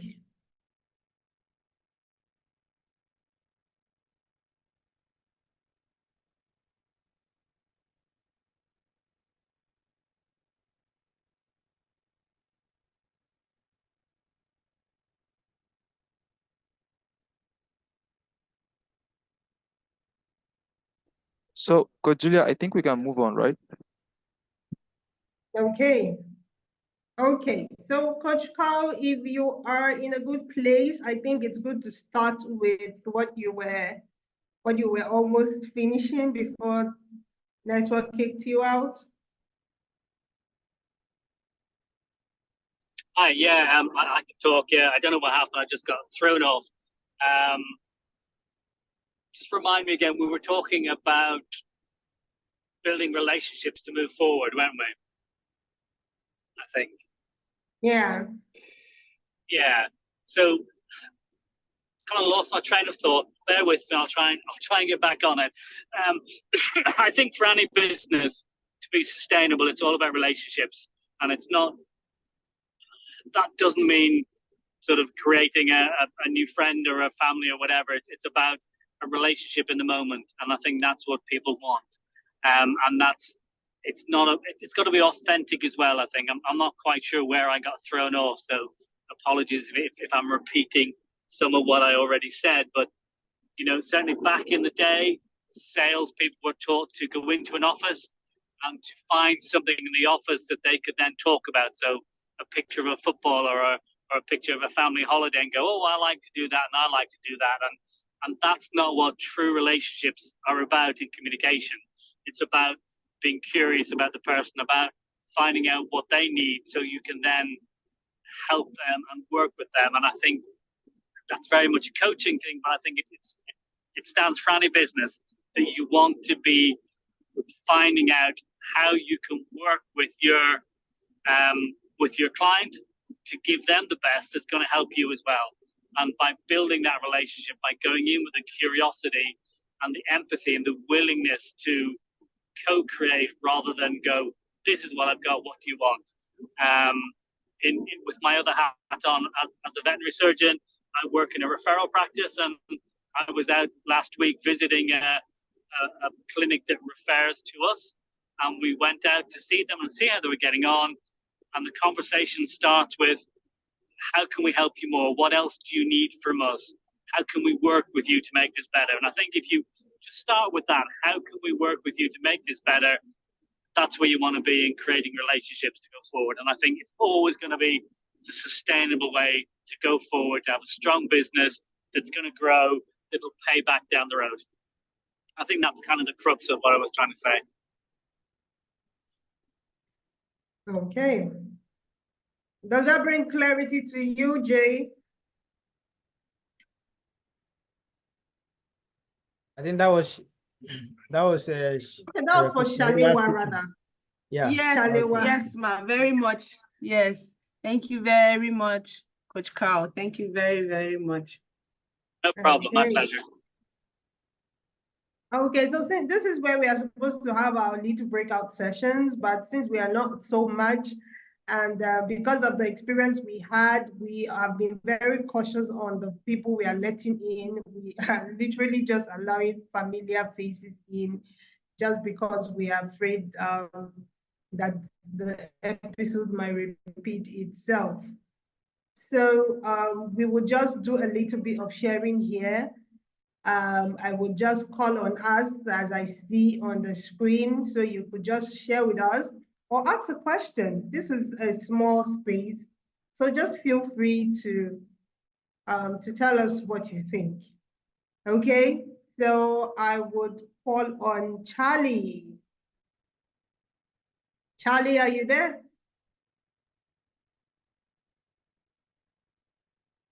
Charlie? Charlie is a French-speaking guy. I don't know where he's. Coach Charlie, bonsoir.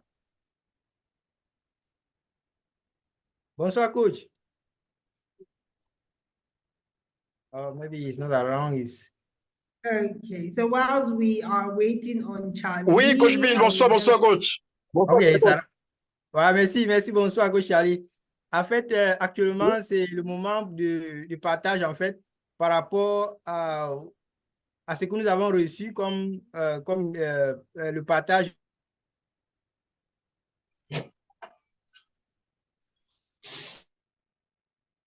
Allô, vous m'écoutez? Allô? Allô, vous m'écoutez? I think his network is off. Yeah, I think network. Oui, Okay. on vous écoute très bien. Coach Bin, vous m'écoutez? J'ai pas bien suivi la parole.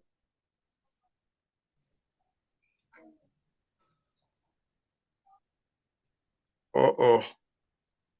Ok, Coach Charlie, nous vous écoutons très bien. Je dis, je n'ai pas suivi la fin de ce que disait Coach Bin. Bon, il était en train de dire que, bon, ça c'est une présentation déjà en anglais et que voilà, on était déjà vers la fin. Donc, rien de spécial ou quoi? Ah, il s'agit de sur Ali Global ou bien de l'école des affaires, on ne sait pas Oui, bon, Ali Global, il y a, dans Ali Global, on a Ali Global, on a quoi aussi, le code des affaires. Le code des affaires, c'est là où on nous apprend comment investir, comment manager nos business, comment gérer, et puis bon, voilà, on apprend un peu de tout, hein. Par où Ok, commencer. ok. Et tout ça. Déjà, en ce qui me concerne, je leur dis, je suis en train, oui, par le canal de training. Ok. Okay. Oui, je disais, Okay. Ok, le mercredi, on va vous envoyer le lien. Je vais vous envoyer un message comme ça le mercredi, on va vous envoyer le lien. Vous allez vous connecter en français, c'est bon? ok, non, j'ai déjà le lien, je me connais chaque mercredi. Ok, d'accord. D'accord, coach, merci. De rien, je vous en prie. Sorry, I lost my connection. It's okay, that's fine. Okay. Okay, so I would move to Ruben. Ruben, I hope you are English speaking. I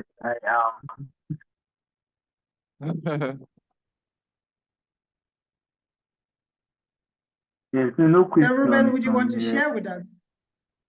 Would you want to share with I us think maybe some insight on? I think I'll pass. No questions or additional insight I would like to give at this point. I've been enjoying the session. Thank you, Pushkar. If you have been enjoying the session, there should be something you're walking away with. Of course, the highlight for me is the building of the relationship, not to go into the room presenting business always, because I think other people also go into the same offices with business all the time, in from the point of relationship. And I think even me, it's easier to buy from someone I have a relationship with than someone that is just coming to me for business purposes. So it highlighted that fact for me and wanting to put more energy into building actual relationship than just business, than strictly business. Thank you so much for sharing. Coach Marie-Claire, are you there? Yeah. Yeah. Welcome. How is Ethiopia today? Thank you. Ethiopia is fine. Just too busy. Busy is good. Thank you for asking. Okay. So will you share something? Well, if I must say something, is what I've learned from Coach Carl. In communication, it is not based on what you want to say to the person, but it should be based mostly on what the person feels. How is the person you are talking to feeling, or what is the person thinking? It is not more on what you want to say. It is about how the person is feeling, or how the person is thinking, or how the person thinks.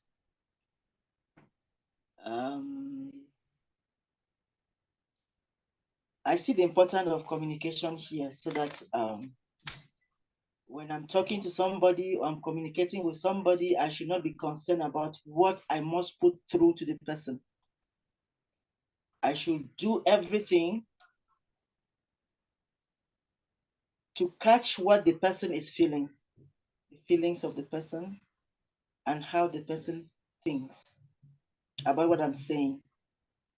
And then see also whether the person has the need of what I am talking about. It's not just to sell what I have to propose to the person, but to see whether the person is really in need, to see the need of the person and then talk from the point of the person's need. Yeah, that is what I've learned today. And it's a plus. Yeah. Thank you. You said it so simply. Thank you so much. Thank you. Thank you. Paula, Nana, are you there?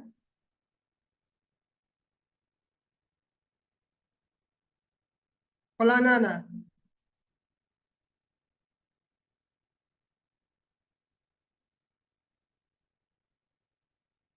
Okay.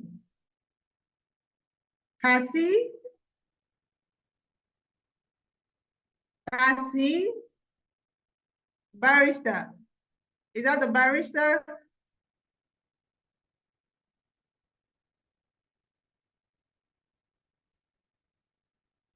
Oh, I think his network has freezed him. Okay, so Coach Stephanie?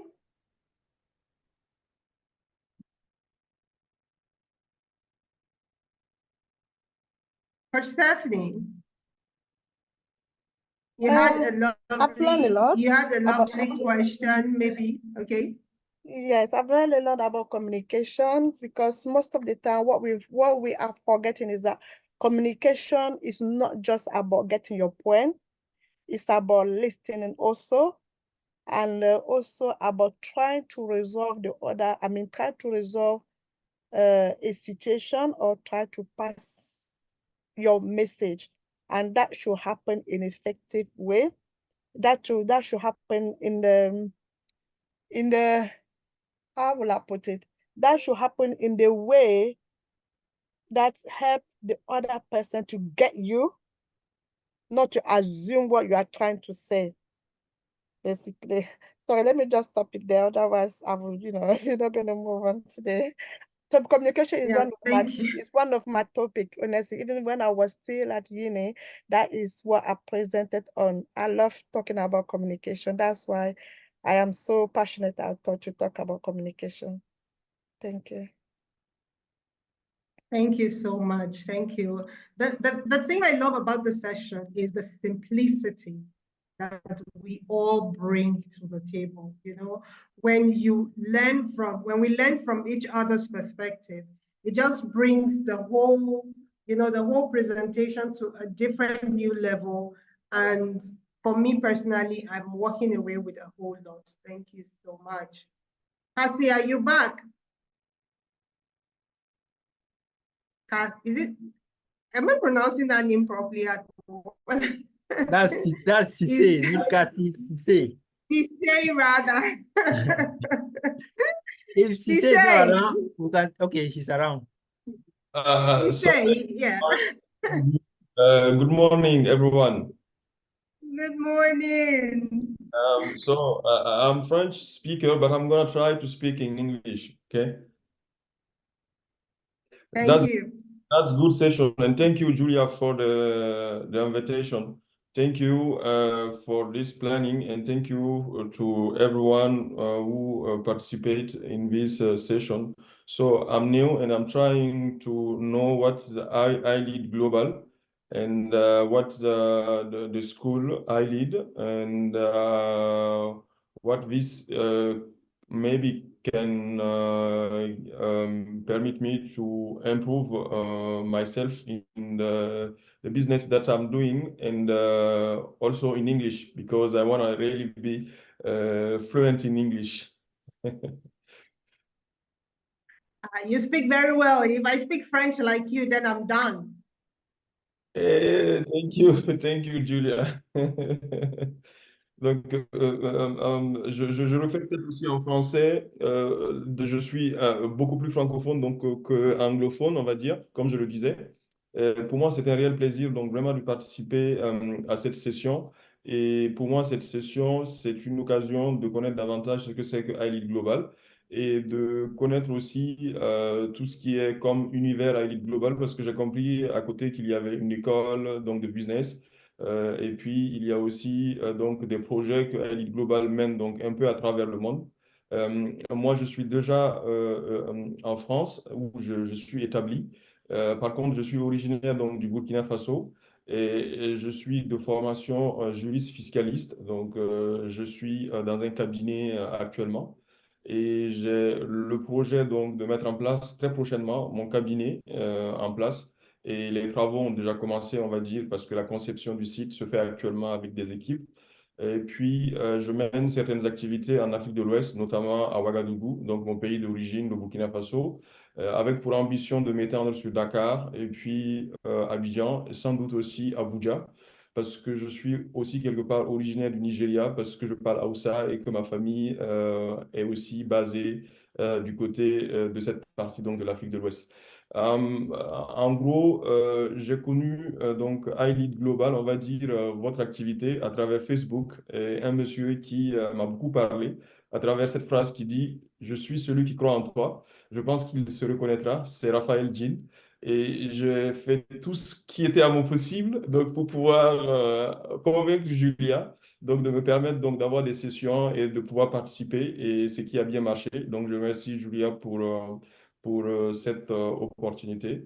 Et donc, mes activités en Afrique de l'Ouest sont essentiellement dans le domaine donc, de l'immobilier. J'achète et puis bah, je fais des reventes et puis bah, je fais d'autres activités aussi. En France, je vais commencer bientôt donc, à faire la même chose et aussi probablement m'étendre aussi sur d'autres pays d'Europe et voir quelque part aussi dans le monde. Donc, un peu ça. Je vous remercie pour tout. C'était moi. Waouh, waouh, waouh. Merci, merci à vous également, coach Cissé. C'est vraiment un plaisir de vous avoir parmi nous. Et si vous êtes aussi une personne de valeur, vous êtes une personne de valeur. Et je pense, je vous invite déjà à laisser vos coordonnées dans le chat pour permettre en fait que nous entrions en contact avec vous parce que nous avons beaucoup, beaucoup à gagner de vous, comme vous avez aussi également beaucoup à gagner de nous. Et je vais profiter ici pour dire aussi à l'équipe de Highly Global, Coach Shalewa, please, can you drop in the chat a contact so that Coach Cissé can be able to contact us to have more information about Highly Global? So, Coach Cissé, merci, merci beaucoup. Je pense que personnellement, de mon expérience passée sur le produit de Highly Global, du Training Center, je peux vous dire, c'est un endroit où il faut être avec ces projets que vous avez, des différents projets que vous avez, surtout l'école de business. Avec ce que j'ai appris déjà au Training Center, je peux imaginer ce qui est déjà au niveau de l'école du business. Donc, rejoindre l'école de business, je pense que c'est la meilleure et la meilleure solution, la meilleure option pour vous, peut-être, selon moi, mais j'y crois fortement que vous allez beaucoup gagner parce que c'est le fondateur qui a déjà prouvé à travers le monde par ses résultats et il vous apportera beaucoup, beaucoup d'idées pour faciliter, en fait, de traverser déjà ces obstacles pour pouvoir réussir dans tout ce que vous êtes en train d'entreprendre actuellement. Merci beaucoup. Merci. Merci à vous. Et on peut transmettre un peu pour les anglophones aussi pour qu'ils comprennent ce que venait de dire Cissé. Okay, do you mind if I just brief a bit what Coach Cissé just said about him? Well, his name is Coach Cissé, he lives in France, and he's also an entrepreneur there. He's from Burkina Faso, and he's actually investing in, how do you call it? In property, sorry. Yes, it's actually investing in properties from Burkina Faso, and he's interested in doing a business, business. He wants to join Ali to do business. He's want to thank Coach Julie, who has allowed him to be here today, and is so passionate about Ali, and also he got interested by what our master coach advised on Facebook. That I believe in you. So that really caught his eye. So he's keen to learn. And yeah, so that's just a summary. Sorry. And also he's also half Nigerian because he can speak Hausa. So Yeah. yeah. Wow, wow. Coach Stephanie, thank you for that summary. That is exactly what Coach Cissé said. I just move forward thinking that everybody have understood. Thank you for that intervention. Yeah, Thank you got so excited because you saw your fellow house brother. Thank you, thank you. Shalewa, would you like to share?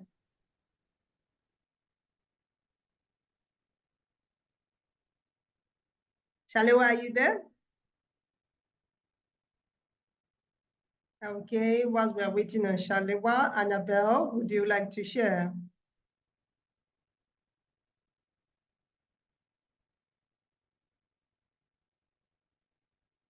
Coach Annabelle?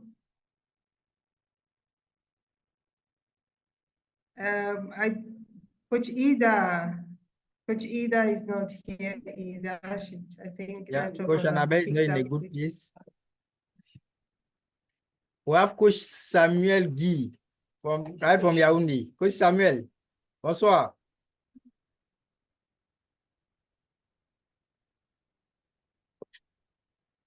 Coach Samuel is not Hello, hello, I'm around. I'm around. okay.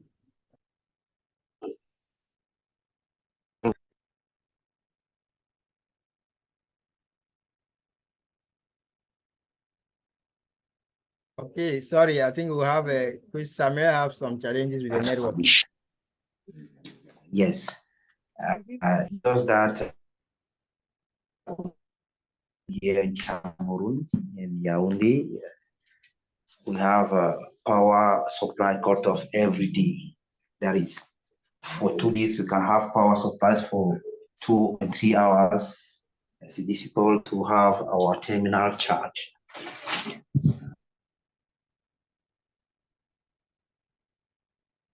Okay, it's okay.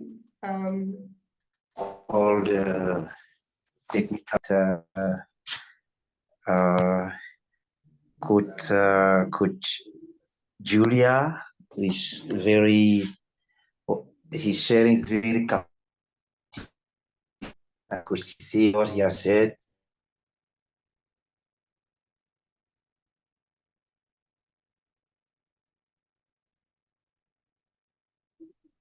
Okay, Coach Julia, Coach Samuel has serious connections issues. It's like everybody, is it anybody I want to share again concerning the, yeah.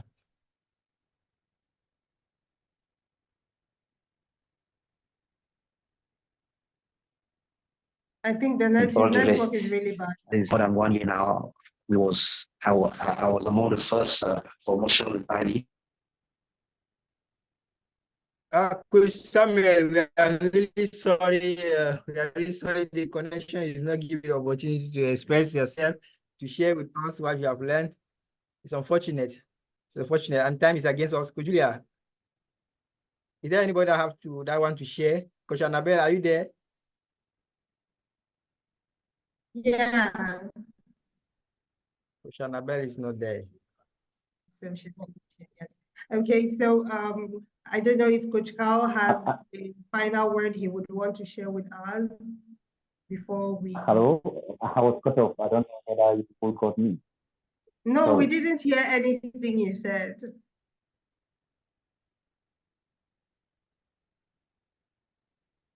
Hello, can you hear me? Yes, yes, yes, I can. Yes, I was saying that I am a product. I am a whole product of.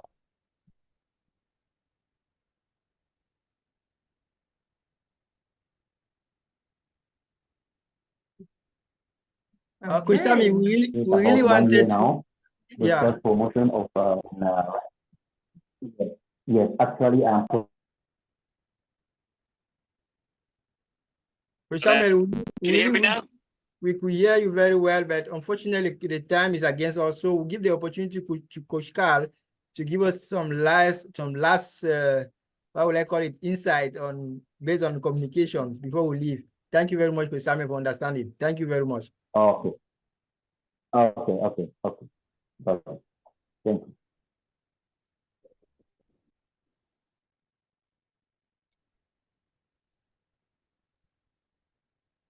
Okay. Coach Carl, over to you, please. Okay, can you hear me now? Yes, Coach Carl. My reception's a bit poor where I am. Thank you again for having me on. I think it's been a joy to hear some of the things I spoke about coming back when people are sharing. Obviously, in a talk about communication, it's important that I manage to communicate, and hopefully we've managed that well because I'm getting it back. I'm so touched that we had people who I was not speaking their first language that were on, and I hope that I was slow enough and I managed to make it understandable for them. I think for me, communication comes back to curiosity, to taking an interest in people, and just an awareness. Just be aware of what you're capable of. If we look at what's going on in the world at the moment, and I think so much of what is wrong is because people are not capable of communicating properly. And if we can share the word about how to communicate and how to work with each other rather than against each other, everything becomes a lot easier, business, life, relationships. And just, I encourage people, if even one thing has resonated with them today, please go and learn more and use that to improve your communication skills. That's right. That's right. Thank you so much. Thank you. Thank you, for Coach sharing. Tal. Thank you very much. Like I always say, the first step to change is awareness. I should be aware of that about the communication is very important. Like he said, the communication is the key in business. So, Coach Julia, we are already we have gone above the time, 23 minutes. Yeah. I really apologize for the time that we have abused. We started late. We got interrupted. Time is money. Yeah. Thank you so much, everyone, for being here. I would invite us tomorrow for Monday Vision. Monday Vision will be looking at the training center and also some tips on how to become better leaders. Thank you so much, Coach Carl. Thank you so much, Master Coach Raphael. I know that he's somewhere there. And thank you so much, Ruben, Coach Marie Claire. Thank you so much, Stephanie. You were so amazing. Thank you for your intervention and the beautiful questions. Thank you, Jay, Technical. I truly do appreciate all of our efforts and time. Thank you, Annabelle. Thank you, Samuel. We have the English link on the chat. So for those of us who have English friends, you can get them to join the community. Let's get to sharpen each other. So as Carl had said, my major take from this is that everyone perceives the world differently. So it is our ability to understand how others perceive the world. When we do this, communication becomes easy peasy. Thank you so much. Do have an amazing Sunday. God bless you. Thank you, and same to you. Or better to you. Better to you. Now, when I was in Dallas, Texas, preaching to the 40 pastors from Nicaragua that we brought over to train them, there was this man named Raphael Jean.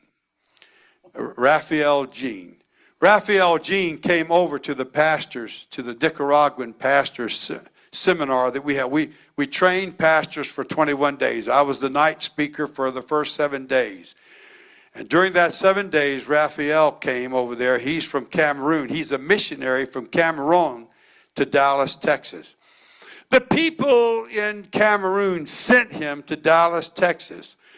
He did not have a dime in his pocket when he arrived, but he knew that God had led him to start a moving business. So he went into a man's place and said, "Can I test drive your moving truck to see if I want to buy it?" The man says, "Yeah, here are the keys, go test drive it." He drives off the parking lot on Friday afternoon and he starts moving people's homes. And by Monday, he's got the money to buy the truck. He drives back into the man's lot. The man said, "Where have you been?" He says, "I was test driving your truck. You told me I could test drive it. Here's the money to buy the truck." And he started a moving business. He started this moving business by the prayer backing of Cameroon. They started praying for him. And today, just 2 years later, he has 18 moving trucks and $175,000 a month flows through his hands. He clears over $20,000 a month. I thought to myself, he's Bill's kind of man. Bill, you'd like this guy. I love him. And he also, man, anything. They have their own church there. I said, how many people are in your church? He said, 80. I said, well, how many literally come on Sunday morning? He says, 200. I said, what's the difference between? He says, I only have 80 disciples, and I don't count them unless they're a disciple.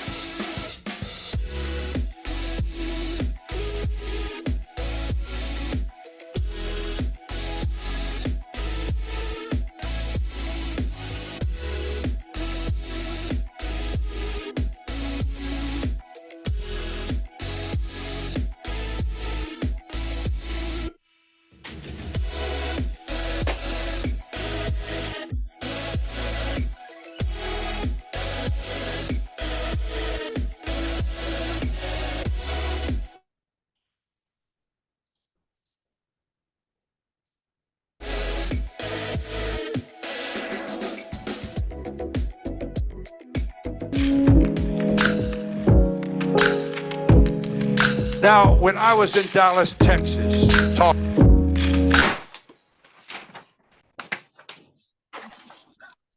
Your mother.